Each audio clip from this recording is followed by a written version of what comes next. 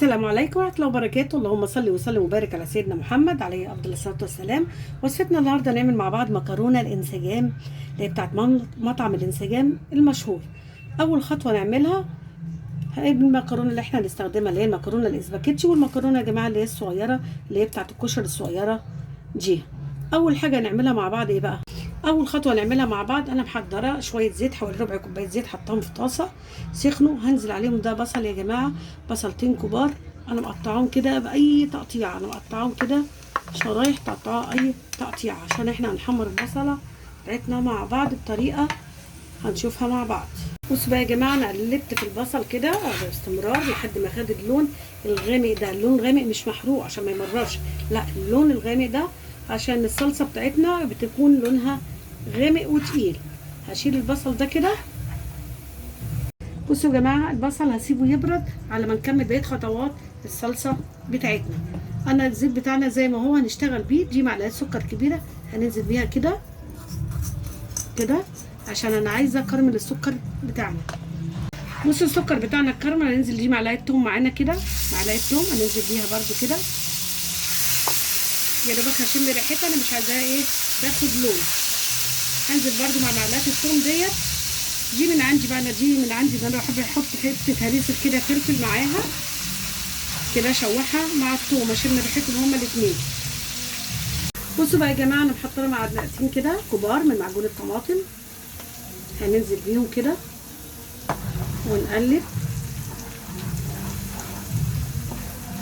كده. احنا قلبنا معجون الطماطم بتاعتنا، انا محضره معايا دي طماطم، حولت الطماطم انا زي ما هي كده بقشرها، هنزل بيها كده عشان كلها تتسبك مع بعضها. هقلب بقى وتتسبك. هنزل معاها بايه بقى؟ التوابل بتاعتنا عباره عن ايه؟ كمون، نص معلقه كمون، فلفل اسود، بصل بودر، توم بودر، كزبره، ملح، وشويه سكر هنحطهم معاها. احنا حطينا السكر في الاول، معلش انا غلطت. بصوا بقى، انا حاطه يا جماعه ميه تغلي المكرونه بتاعتنا، احنا سايبين الصلصه بتاعتنا تتسبك مع بعضها. هنمسك المكرونه كده هنكسرها نصين، انا عايزاها نصين زي اللي احنا بناكلها فيها بالظبط في المطعم كده. نزلنا بالمكرونه اللي زكتش، هننزل بالمكرونه بتاعتنا التانيه اللي هي الصغيره دي بتاعت الكشري، وهنسيبهم يستووا.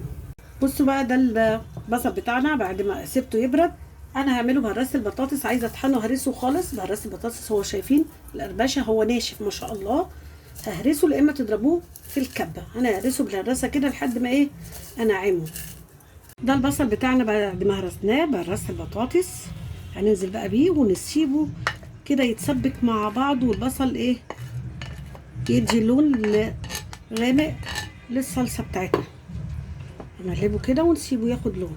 ده شكل المكرونه بتاعتنا بعد بسم الله ما شاء الله، بعد ما اتسلقت تسويه كامله يا جماعه كده. انا هشطفها واحطها في الحله، احط لها شويه زيت. ده قوام الصلصه بتاعتنا وبيكون لونها غامق ازاي يا جماعه، ريحتها خطيره. دي صلصه بتاعت سر مكرونه الانسجام. انا محضره بقى ايه، بصوا بسم الله ما شاء الله، الله الله الله اكبر على الصلصه بتاعتنا. شايفين خطيره خطيره بجد، خطيره كده تاكلوا ما شاء الله احلى مكرونه الانسجام. شايفين الصلصه، شايفين تقولها واللون بتاعها الخطير اهي ما شاء الله. شايفين شكلها بسم الله ما شاء الله. ده الشكل النهائي يا جماعه المكرونه الانسجام بتاعتنا، مفيش اسهل ولا اسرع من كده. وان شاء الله اللي يتفرج على الفيديو بتاعنا ويعجبه يعمل لايك واشترك في القناه ويفعل الجرس عشان يوصل لكل جديد.